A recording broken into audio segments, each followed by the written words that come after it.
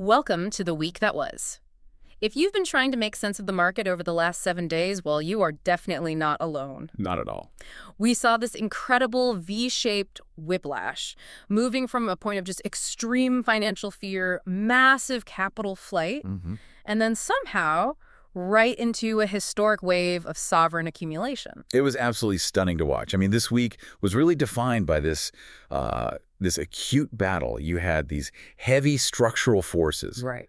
Big institutions selling these geopolitical threats, pulling the price down. And at the same time, you had these incredibly elastic forces pushing it right back up. Things like technical buying and this new sovereign adoption. Exactly. And the result was this dramatic snapback that really had stress tested the entire ecosystem. So our mission today is to synthesize this really conflicting landscape. We want to show you how, despite everything, the market found not only a bottom, but maybe a generational turning point. Okay, so let's unpack this. Let's start with the mood. The week, it opened just steeped in pessimism. It really did. We saw the fear and greed index sitting around 19, right? Right. Which is firmly in extreme fear territory. Deep in extreme fear. And that bearish pressure, it wasn't just a feeling. It was driven by this relentless institutional exodus. That was bad. Oh, yeah. We were tracking the U.S. spot Bitcoin ETFs. They recorded a grueling 4-week losing streak. 4 weeks. And that accumulated a staggering, $4.34 billion in cumulative net outflows. This wasn't just some profit-taking. This was heavy distribution. And what's fascinating here is the precise level of pain that selling caused. We talk about the average cost basis a lot, but the selling pressure was so persistent, it pushed the average cost basis for all U.S. spot Bitcoin ETF inflows below the market price, right around $89,600. That $89,600 figure, that is the crucial finding. So what does that mean, practically? It meant that, for a moment, the entire U.S. ETF investor base was statistically underwater. Wow. The whole cohort. The whole group. And that, naturally just fuels more panic selling. It accelerated that whole move down towards that critical $80,000 psychological mark. So with that much selling, that much bad news, how did the market possibly hold the line? What were the technical signals telling you that a bottom was being set and this wasn't just another leg down? Well, the charts were basically shouting oversold. Short-term metrics like the RSI, the Relative Strength Index, it dropped below 30. And that's a key level. It is. It indicates the asset is just severely underbought. But more importantly, as the price hit those low $80,000, we saw the formation of a hammer candle. Okay, you mentioned a hammer candle. What exactly does that tell us about that fight between supply and demand right there at the lows? So it's a bullish reversal pattern. If you imagine the wick of the candle is like a long handle. Okay. And the body is the head of the hammer.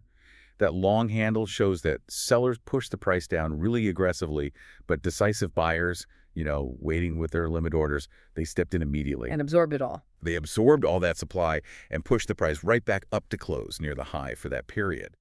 It's a signal that buying pressure just decisively rejected that low price.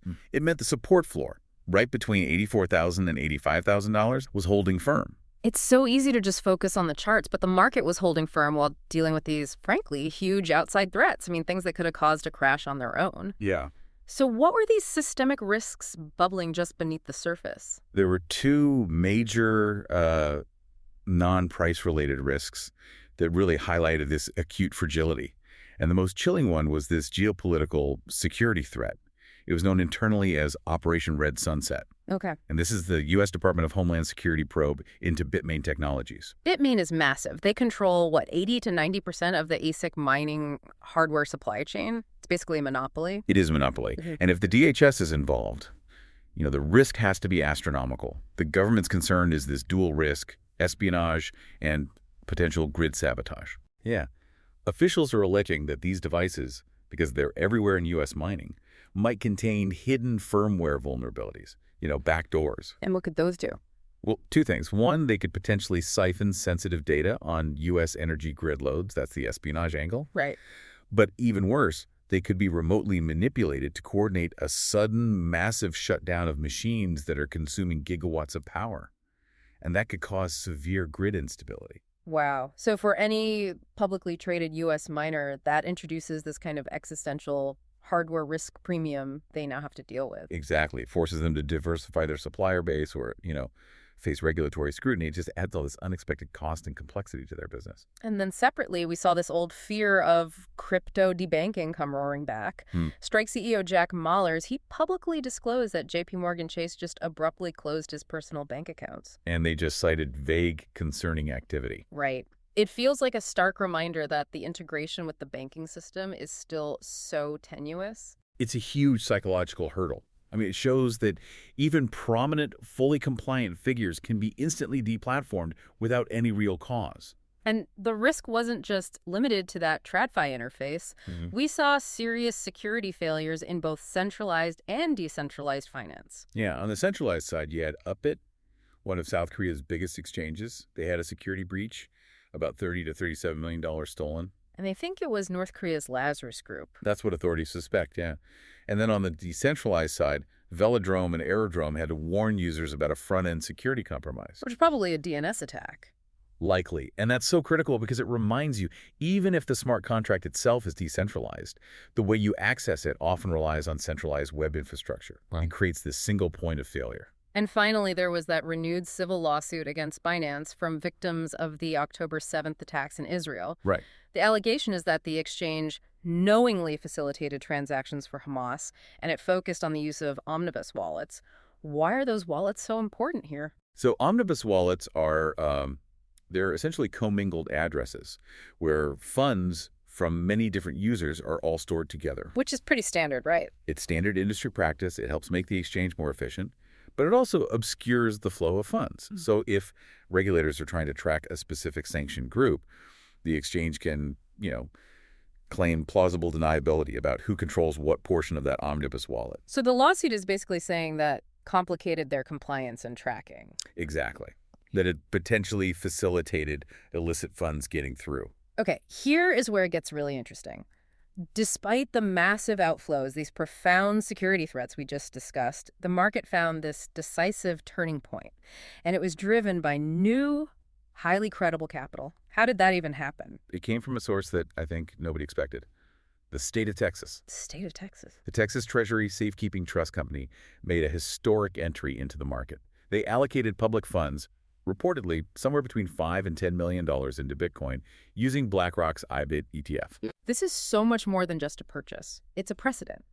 They're formally classifying Bitcoin as a strategic reserve asset. What does that do to the bureaucratic landscape, especially that old prudent investor rule? It's a tectonic shift. It really is. The prudent investor rule governs how state treasuries manage public money, and they usually prioritize, very traditional, stable assets. Of course. For Texas to break that barrier, to label Bitcoin a strategic reserve asset, it legitimizes the asset class in a way no private company or hedge fund ever could.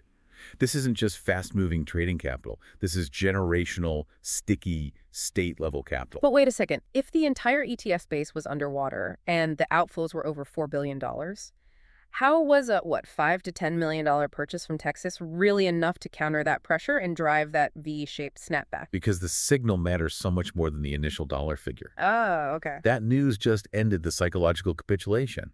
And we saw immediate confirmation in the flow data. That 4-week institutional outflow streak, it broke instantly. Just like that. U.S. spot Bitcoin ETFs recorded their second consecutive day of positive net inflows.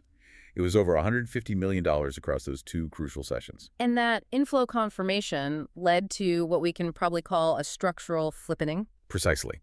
The cumulative net inflows for 2025 officially surpassed the total inflows for all of 2024. The entire year. The entire year. That's statistical significance. It suggests that this demand is sustained. It's not just a novelty effect from the launch year. Institutions are now, structurally compelled to own it. And corporate strategy just accelerated that momentum, too. Metaplanet in Japan, people call them the MICA strategy of Japan. They secured an extra $130 million loan just to buy more Bitcoin. And what's important there is the structure of that loan. It was a Bitcoin-backed Lombard credit. Which is pretty sophisticated. Very. It's an institutionally available form of non-recourse borrowing that's typically reserved for clients with really large, diversified portfolios. For Metaplanet to use this, it just shows deep financial maturation. It's a leveraged double down. And speaking of corporate players, MicroStrategy made a huge risk management move.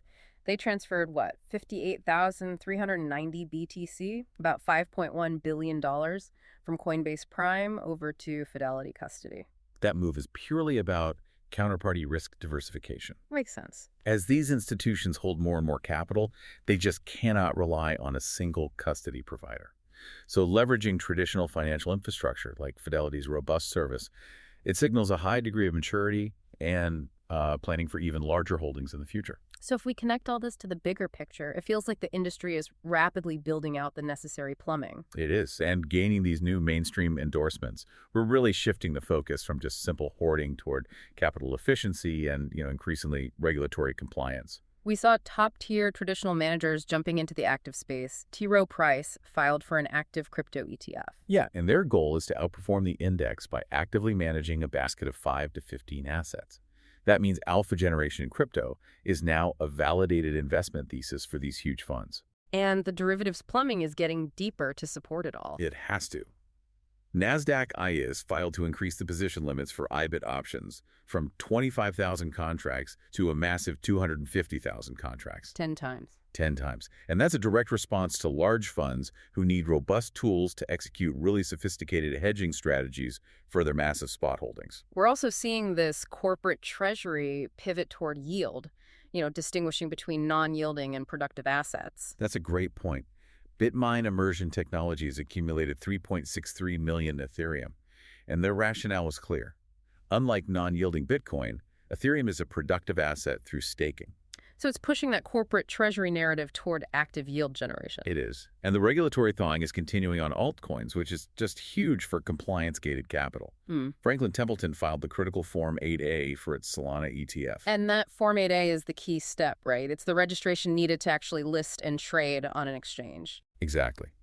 By accepting this technical step, the SEC is implicitly accepting Solana as a commodity, which just unlocks a whole new pool of institutional capital. This regulatory push seems to be directly challenging the established stablecoin world, too.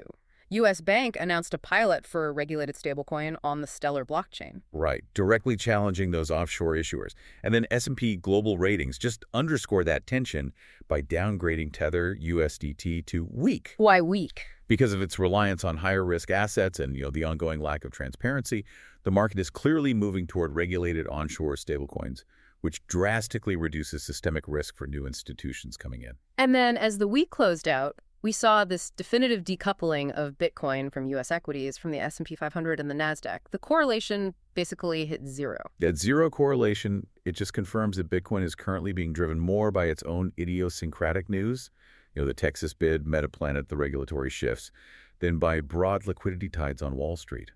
It's really behaving like its own separate asset class. So what does this all mean?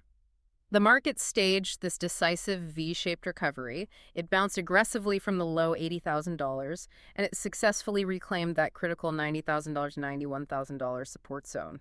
What were the biggest drivers keeping it up there? Well, beyond the state-level adoption, the rebound was heavily fueled by strong macro tailwinds. The market is now pricing in an 87% probability of a December Fed rate cut. That's very high. It is, and that expectation weakens the U.S. dollar index, the DSY, which in turn lowers the opportunity cost of holding non-yielding assets like Bitcoin. But there's still this friction between different tiers of capital. While the institutional ETFs were net accumulators, on-chain analysis showed that $7.5 billion in Bitcoin moved to centralized exchanges. Especially Binance. And that's historically a precursor to selling. So who's doing the distributing? The nuance here matters a lot. This distribution came primarily from mega whales, the largest, earliest holders. But at the same time, smaller mid-tier whales were net accumulators. They absorbed $4.6 billion of that supply.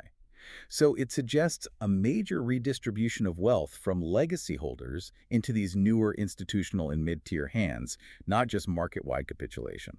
We also saw this regulatory divergence happening globally. On one hand, you have supportive frameworks like in Australia. Right, which is moving toward regulated proliferation. And the UK's pragmatic endorsement of the no gain, no loss tax model for DeFi. But then you contrast that with the decidedly hostile approach in Spain. They want to move crypto capital gains into the general income tax bracket. Which would threaten a top rate of, what, 47%? Exactly. That kind of friction just immediately encourages capital to flee to more favorable places. The market is effectively voting with its feet in response to taxation. So it feels like the core theme of the week is just resilience. The market successfully stress-tested its centralized rails, its institutional demand, against some really unprecedented selling and security risks.